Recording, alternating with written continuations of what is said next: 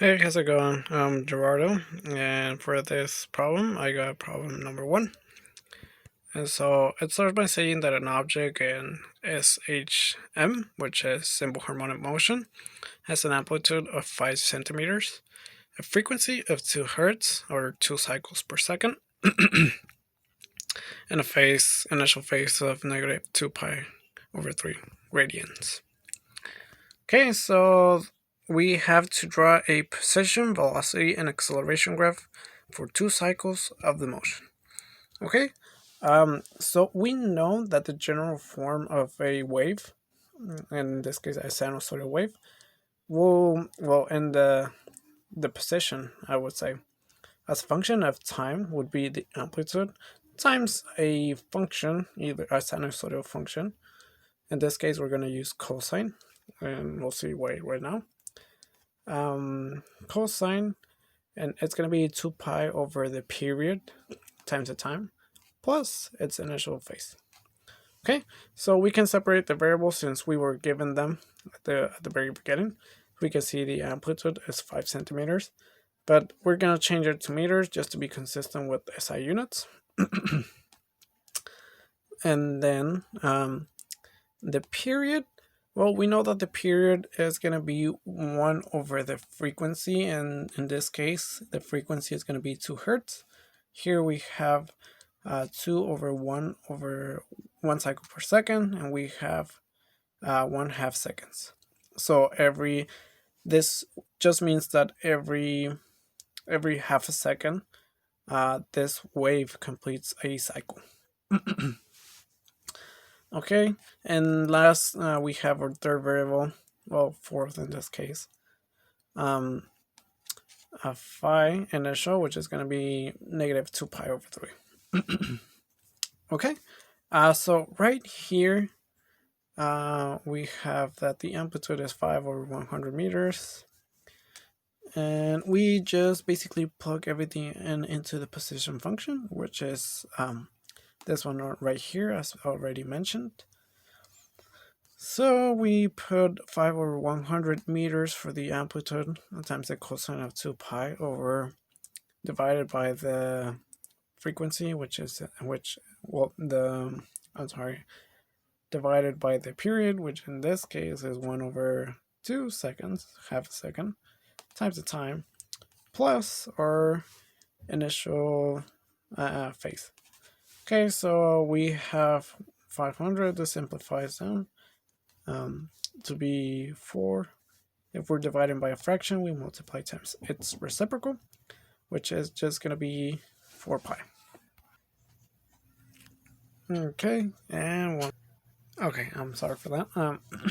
Which is just simplifies to be 4 pi times time plus t, and whoops, this should be a positive minus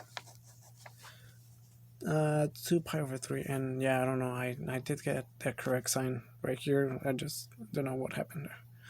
Okay, so first we have our position. So we know that our position is going to be this whole thing, but how do we graph that?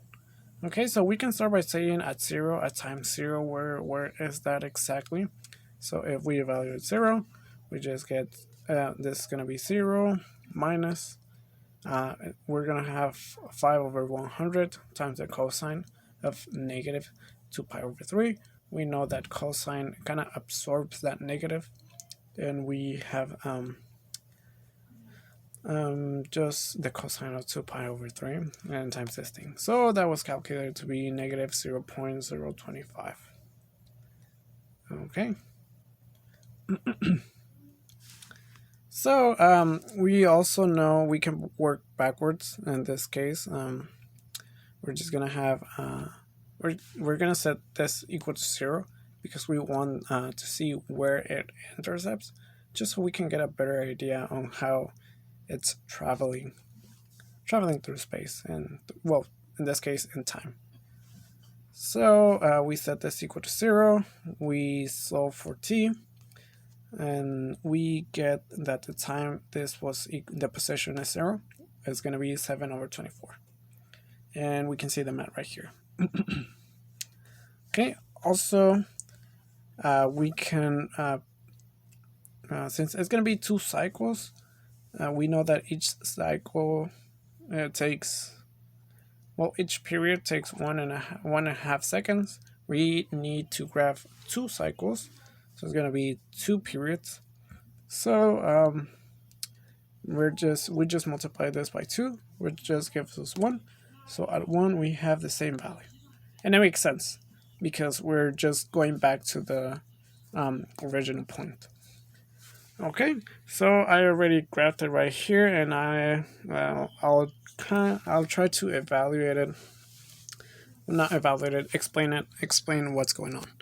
Okay, so we know that at time 0 we were at this point right here, and right here. First we kind of have to explain the axis. So the horizontal axis represents time in seconds, and then the vertical axis represents the distance position, I guess, from the zero, I guess. And right here we're just gonna be evaluated based on amplitude, and this is gonna be in meters.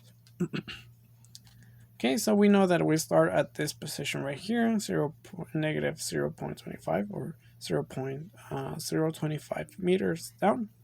Then we go up. We go to our first amplitude, which is 5 centimeters.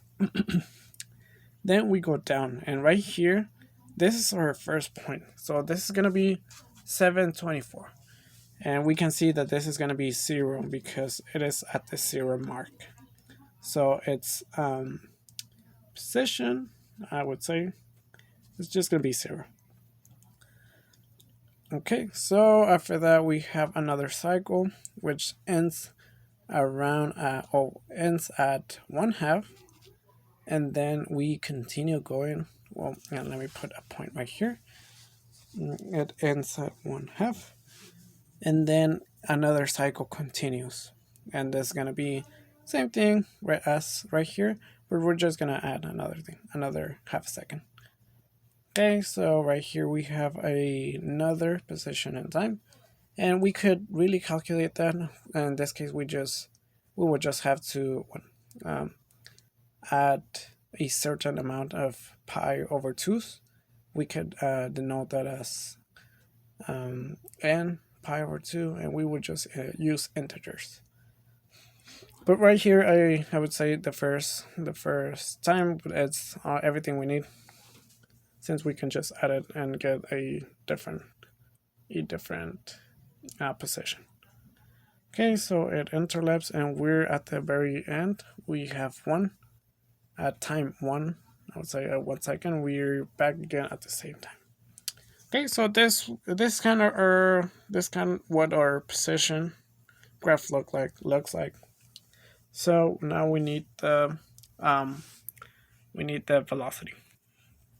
Okay, so let's start by remembering that velocity is just the derivative with respect to time, or the time derivative of position, and in that case, this can be represented as the derivative with respect to time of the position function is going to be the velocity function. Okay, so we have our position function. We take the derivative then, which is going to be our velocity function. This is kind of distributed. Well, this is just a constant. We use the chain rule. The derivative of the cosine is just negative sign. We have the same thing, and we multiply times the derivative of the chain, which is everything inside here. So we know that the derivative of any constant is just going to be 0, and we're going to end up with the coefficient in front of t. Since this is a first order, it has a magnitude of a first order magnitude, I would say. Okay, so we can simplify that. This is going to be 5 times 4, which is 20. So we can simplify that, say 2 over 10 pi sine and pi over 4t minus 2 pi over 3. Okay, and we can kind of see that one more time right here. We don't really need anything else besides well, we could say that this is the maximum points are just a transformation of the amplitude, which is right here. It's just going to be the 4 pi times the amplitude, and that's going to be in a negative manner. So at first we start at the very top, and this is going to be negative for 0, and yeah, so it's going to be the same thing basically.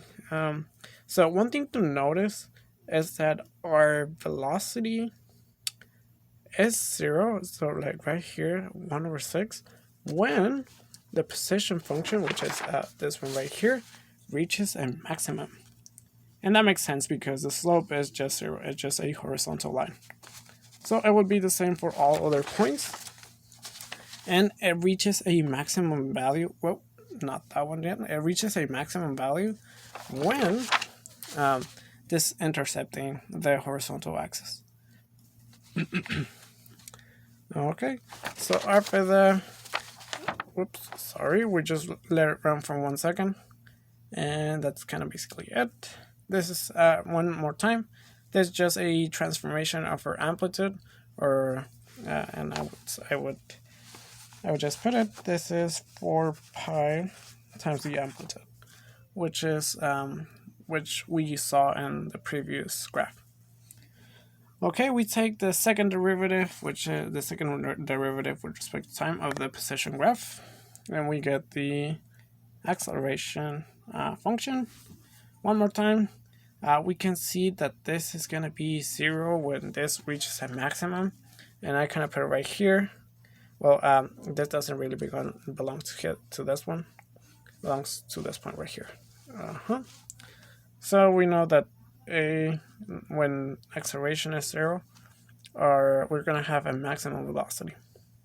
And we just let it run for 1 second. One more time. Well, the units is going to be meters per second squared, which is just SI units for acceleration.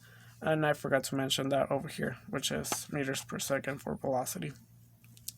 So here it's going to be our second transformation, but this time this is just going to be one more time, 4 pi. It's going to be squared times the amplitude, because we take an additional derivative, and we're just going to have the coefficients in front of t. So this is the maximum, the minimum, and there we go. So that's kind of what our acceleration graph would look like. Thank you.